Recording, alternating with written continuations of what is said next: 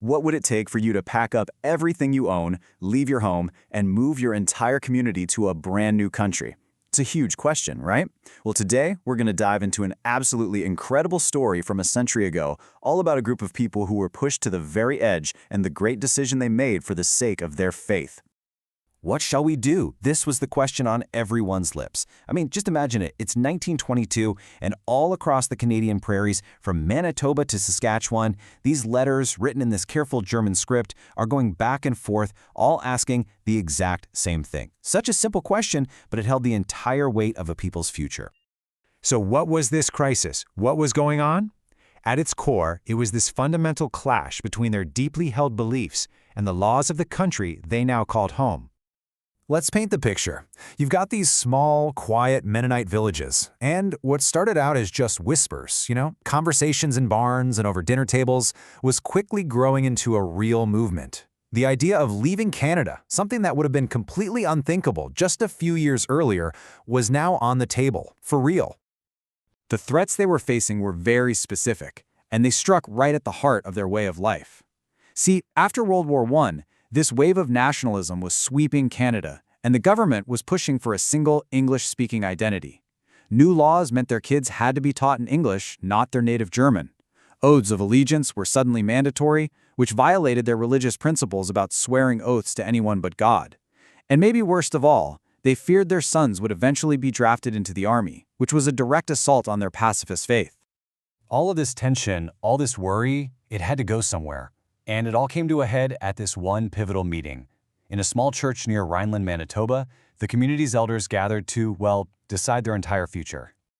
Can you just imagine the scene? A cold, creaking church packed with these weathered farmers, and their bishop, Isaak Dyck, stands up and just lays the problem out in these stark, simple terms. He's not just talking about new laws, he's talking about the complete erasure of their people, of their identity.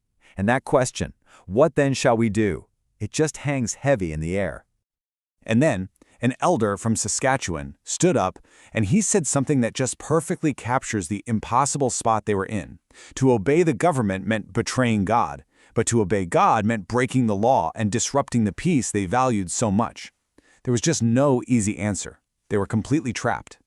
Then a single word was spoken. It passed from person to person, kind of like a spark in that cold church. Mexico. Think about it, a distant, mysterious, and very Catholic land.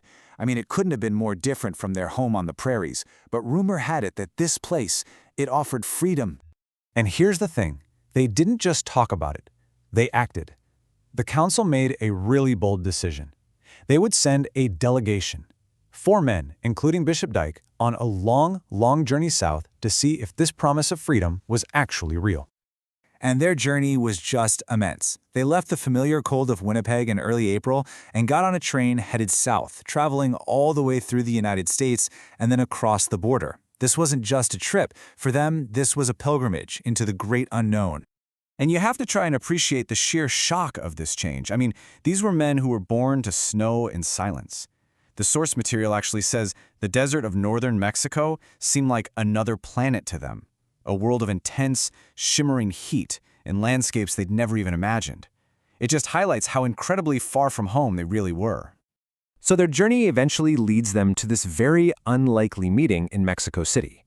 Here you have these humble, pacifist farmers standing before the President of Mexico himself, Álvaro Obregón, a man who was, ironically, a battle-hardened soldier. And what President Obregón said next must have been absolutely astonishing for them to hear. Instead of suspicion, he offered them respect. He told them, "You are a people of peace, and Mexico has known too much war." He saw their value, and he offered them exactly what they were searching for: freedom. And this wasn't just some vague verbal promise, a handshake deal. Obregón granted them something called a privilegium. It was a formal, written charter of privileges. It literally guaranteed them everything they wanted. Exemption for military service? Check. The right to their own schools and their own language? Check.